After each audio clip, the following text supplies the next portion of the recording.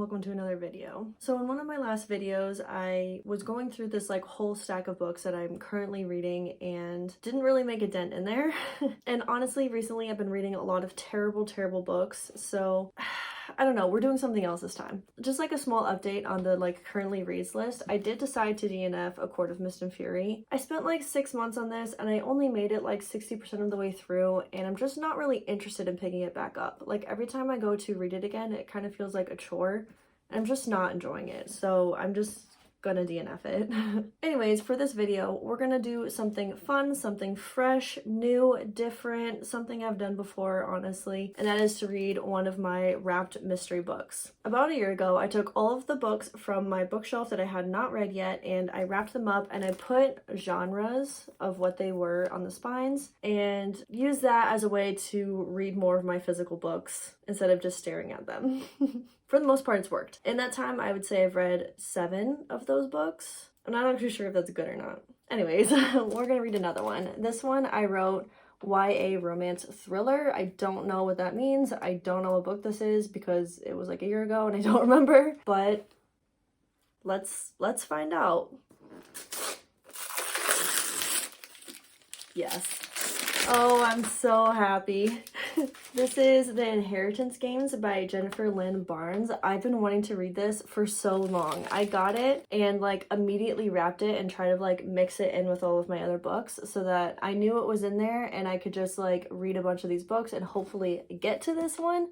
But I forgot it was in there, honestly. I'm just so excited to read this. I've seen a TikTok about it recently saying about how good it was. I really don't know much about it, except I know it's very similar to the movie Knives Out, and I love that movie so much. Oh, I'm so excited. I'm so excited. I'll come back with an update.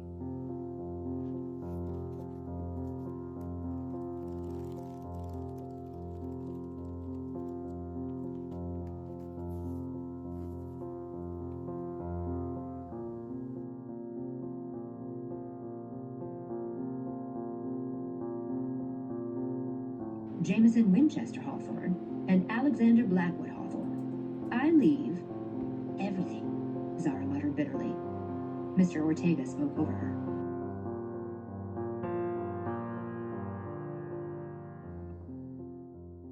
Alright, so I've made it to page 92 in this book, so like this far of the way through, and so far I'm absolutely loving it. Like I'm starting to understand why this is so hyped up, and I'm like barely a third of the way. Yeah, not even. I'm like 25% of the way through, and it's just so good. So this book is about this girl who randomly get told that she's part of this very rich man, like billionaire rich will. Like she's part of his will, and she has to come to the reading because everybody who's in the will needs to be present in order for the will to be read. And like she's never met this guy before. She doesn't even know who he is. She doesn't even know how much he's worth. And she's like, there's got to be some mistake here because like I don't know who this guy is. And then she's thinking that, oh, maybe, you know, she got like a couple thousand, maybe 100,000 or something like that. No, she is like the sole recipient of his entire estate, all of his money, like $46 billion, like his mansion, his hotels, cars, his staff. It's crazy. And like his kids and his grandkids got pennies in comparison to what she got, and nobody really knows why because they don't even know who she is. It's absolutely nuts. Like after I read the first like 50 pages or something, like after I read the will being read, I just like actually couldn't wrap my mind about how much $46 billion was. Like how would I even spend that much money if that was to just land in my lap? Like I don't think I would know how to spend that much money. Like what would I do with it? And then my husband and I were going through like this whole breakdown of what we would do if we had just $1 million and stuff, and it's just, it blows my mind how much money $46 billion is. Like in comparison, if 1 second was $1, $1 million is like 11 days or something. $1 billion is like 30 years. I don't know the exact numbers, like I'll put it up, but I just think that's absolutely crazy. Who even needs that much money? Anyways. So we're kind of getting to this idea that there's a lot of riddles here. The guy who died, Tobias Hawthorne, he likes his puzzles and he likes his riddles and stuff. And there's already been 2 riddles in here, and one of them was not for the audience to solve, and the other one kind of was. So like, let me explain. The Hawthorne family was told that they legally need to give the main character Avery a set of keys because it's her house now. So she needs the keys. And they give her this ring of keys, and there's like 100 keys on there, and they're like figure it out. And she's looking through all the keys and is like thinking about how she's gonna figure out which one of these keys goes to the front door, and like slowly begins to realize that a bunch of them are just fake copies. And she very quickly figures out which one is the right key, which just shows how smart she is, because I wouldn't have figured that out. I would have been there like trying all the keys. And so the other one is when she first meets Jameson. Jameson is one of Tobias's grandsons, and he seems to be one of the most mischievous ones so far. Like, he definitely likes his games. And like the first thing he ever says to her is a riddle. This is like all the way back on page 32. He says, if yes is no and once is never, then how many sides does a triangle have? And then they talk about like nothing that's even related to this riddle for a little bit. And then Avery's like, by the way, the answer is 2. And I'm just like, what? And she says, I drew out my reply, not bothering to explain how I arrived at my answer. And so then I had to think about it, and I couldn't figure it out. So I had to ask my husband about it, because he's got a mind for puzzles. And he figured it out pretty quickly. It's basically like, if yes is no and once is never, how many sides does a triangle have? So like yes to no, you're going into the negative, so like -1. Once to never, like only 1 to 0 is you're minusing 1. So triangles have 3 sides to 1, you're subtracting 1, so 2 sides. Unless he's wrong and he completely swindled me. Anyways, so far I'm loving it. Alright, so I made it to page 184, approximately like halfway through, and it's time for another update. So there's 2 things that I wanted to talk about at this point. So like we're continuing on the investigation, I guess. I don't know, the detective work of trying to figure out why the Hawthorne guy changed his will. I forgot his name already. Tobias. But why he changed his will and added Avery to it and took off pretty much his whole family. And we're, you know, getting more clues, more and more clues. I don't know, they're kind of just like throwing in little bits of romance pieces here and there, and they don't really fit to me. So there's 4 brothers. One of them is younger, and he doesn't, I don't know, he acts way younger than he actually is, but is supposedly way smart. I don't know. Nash is too old. And then there's Jameson and Grayson, and Jameson is like, kind of like I said earlier, the mischievous one, and Grayson is more like, he's the one that was supposed to inherit the majority of, you know, the will. He's kind of more protective of his brothers, so he's kind of like mean to Avery. But somehow there's romance elements with both of them. I don't know. It's almost like they'll be having a conversation and she's randomly like, oh, why am I so aware of him or something? I don't know. It doesn't really fit to me. Besides the point that they're like teenagers and she's around like supposedly super hot guys. I don't know, maybe it'll be better if like the romance is more later, or if they like tone it down. I don't know, but so far I'm not enjoying the romance aspect of it. The second issue I'm having is I'm really enjoying the book as I'm reading it. Like, I'm going through pages and chapters very quickly, but as soon as I put it down, I like immediately stop thinking about it, and it makes it hard to pick the book back up and like try to read it again, because that need isn't there. So like, while I'd say the book is really good and I'm really enjoying it, I'm also not, because like I put it down and it's gone. It's completely gone from my mind. Like, I haven't read this book in 2 days. I haven't read anything in 2 days. And I already forgot most of the names. I don't know, maybe that's a me thing, maybe it's an ADHD thing, I don't know. But like, there's some books that I really, really love, and I have a hard time putting them down. And this one, I'm enjoying reading it, but not having a hard time putting it down, if that makes sense. I don't know, I'll see you when I finish the book. Alright, so I know I said I wasn't going to update until I finish this book, but I'm right at that point, right at the 300-page mark, where I feel like everything is about to start making a lot of sense. But right now, I'm confused, and nothing is making any sense, and I just want to talk about it while I'm still here, instead of waiting till I finish the book and I'm like, oh, that's why everything happened the way it did. At least I'm hoping that's what happens at the end of the book.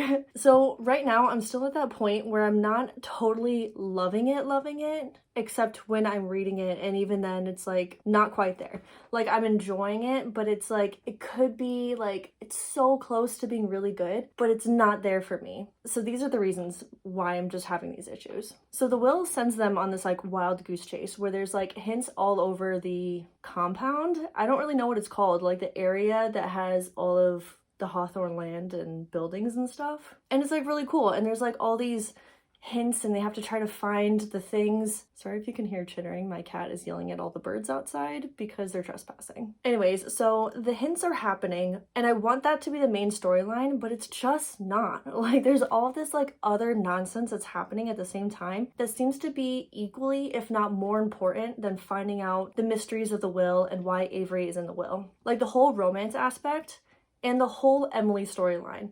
The Emily storyline drives me crazy because it's so not important. And everybody's obsessed with Emily, and I don't understand why. We find out early in the book that there was a girl who had died in the Hawthorne house named Emily, and we're not told much about it, but suddenly Avery's obsessed with Emily.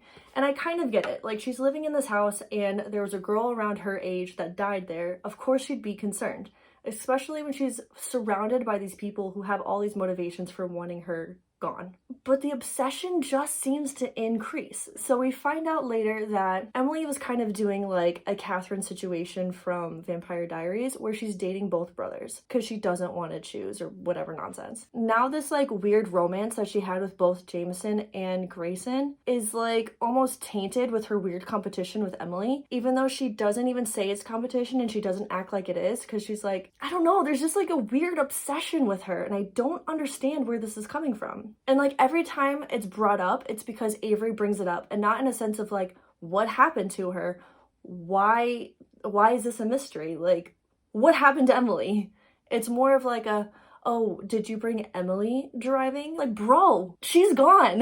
Like, I don't understand the obsession. And I feel like this is tied into the main mystery in some way, somehow. Like, maybe Tobias Hawthorne knew the situation with Emily and is like using that as part of the clue, but that just feels cheap. Like, I don't like that. I hope I'm wrong, but I don't understand why this obsession with Emily and why this whole Emily storyline is more important than the will and finding out why Avery's in it. Like, that's really all I care about. I don't know, there's some like events that are happening between looking for the clues and stuff like that, which is just like Avery trying to fit into this new lifestyle and kind of like be a part of this new world, which I find kind of interesting, but it kind of gives off like Hunger Games vibes, the Selection vibes, where it's just like people thrown into this other situation they're not used to, which is kind of cool. It's kind of interesting. It's like more realistic to see her struggles with this new world of fame and money. But I don't know, I just don't think I like Avery as a character. I think that's my problem. I'm just having a hard time connecting with her, which is making it hard for me to enjoy this book at the level I want to enjoy it at. Anyways, at this point, frustrated with the Emily storyline, but pretty interested to see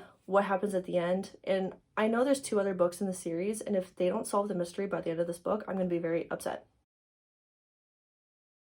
So I finished the book like about 5 minutes ago. I haven't really let myself have time to process what I think about it. But honestly, even if I waited until tomorrow, I don't think I would have any kind of more clarity.